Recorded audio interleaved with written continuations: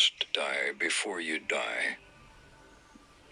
You must let go of believing that you have a life, so that you can recognize that you are life itself. I really enjoy this topic, because it is by far the most transformational spiritual experience once you begin walking down this journey of killing your identity and then being reborn. If you are on a journey right now, in this video I hope this will give you some clarity on what exactly is going on throughout this process and what you may experience once you have reached the rebirth phase. So to begin, the moment we are born, a character is already beginning to write its story. The moment you touch the air of this reality, you are given a name. You are born into an environment where you will be conditioned and pretty much programmed. You will be told what to think and how to think. And these conditions will form what we call a personality. It's the way you express yourself to others. We grow up with these desires, feelings, beliefs, all of these labels that we claim to make us who we are as a person. We are all so identified with the story of who I am. If I were to ask you to describe yourself, realize that mostly everything you say is something that can be changed at any point of time. Or realize that everything you say is just a part of a story attached to your character. It's not who you truly are. The spiritual journey is by far, in my opinion, the most painful yet beautiful experience anyone can go through, because this story and what you have believed yourself to be begins to shatter. Everything, and I mean everything you thought you knew, wasn't the truth, and this process is more about letting go and unlearning things than it is learning things. And because the ego is what holds these stories together, once you begin killing those attachments, your ego will begin dying. It actually believes that you will die if you let go of certain things. This is why there is so much resistance during this journey. This is why people believe it's so difficult to change. It's because the ego doesn't want to die. It wants to stay in full control. It wants to believe that it's real. It's like Pinocchio. It wants to be who you truly are. It wants to be a real being. But if you inquire what the ego is, you will realize that the concept of the ego isn't even real, because there is no thinker. There is no one here to take ownership of thoughts. Thoughts are just happening, and the attachment to them creates the illusion that those thoughts are you, and that you are thinking those thoughts. So that sense of I am thinking has been created. But the ego is also just another story. When people say kill your ego, it's not literally killing it so it no longer exits. It's not possible to actually kill your ego. It's more about disidentifying with it so that it no longer controls you. And then eventually the ego will settle down and realize that it's no longer in control.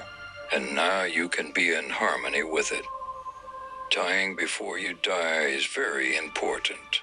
Definitely, if you are someone who has suffered a lot in life or is currently going through suffering currently.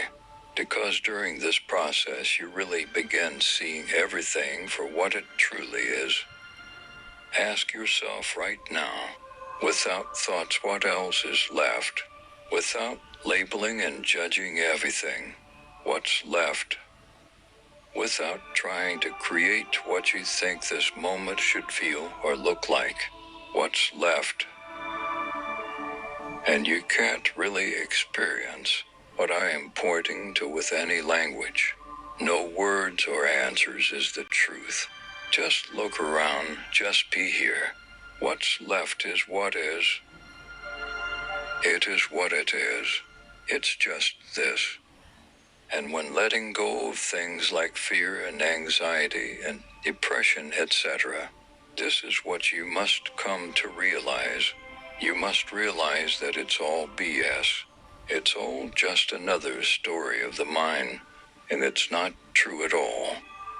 Notice how when you are experiencing one of those so-called problems, let's take fear for example, because that's honestly what's behind every emotion.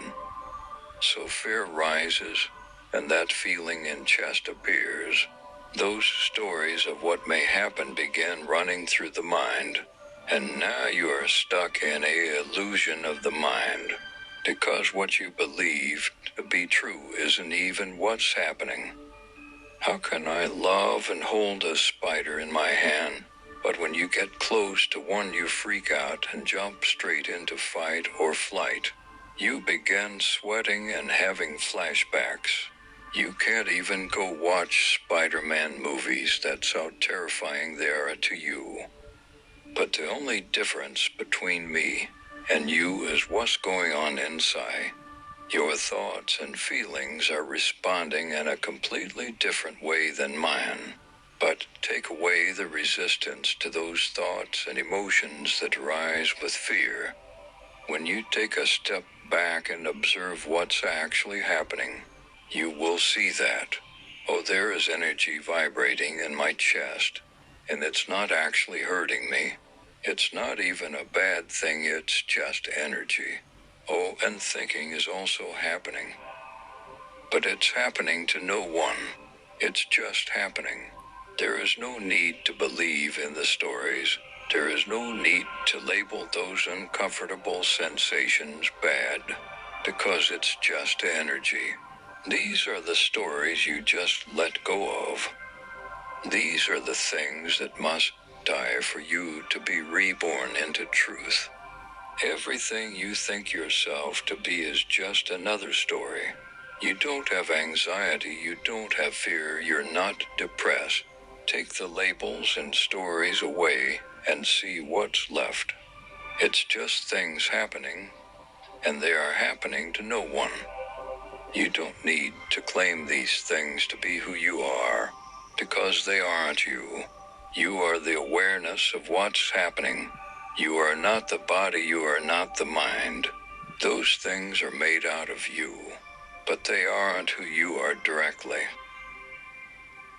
Once you die, it will be painful.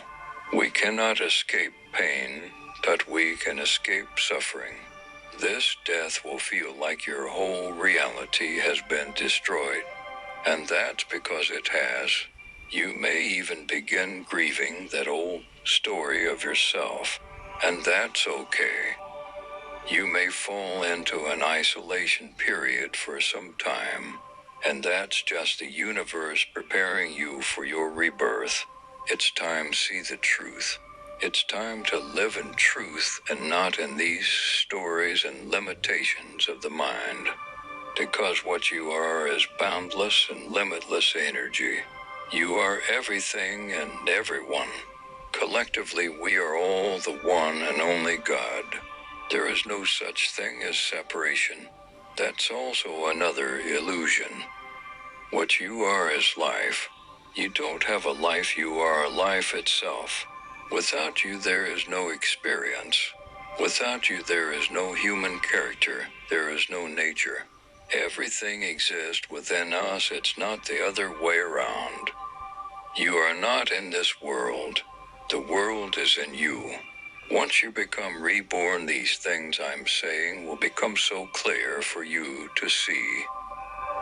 And the funny thing about all of this, and this whole process, is that this is who we all have always been. We have never been what we all thought to be. Ask yourself, what was I before the world began telling me who I am?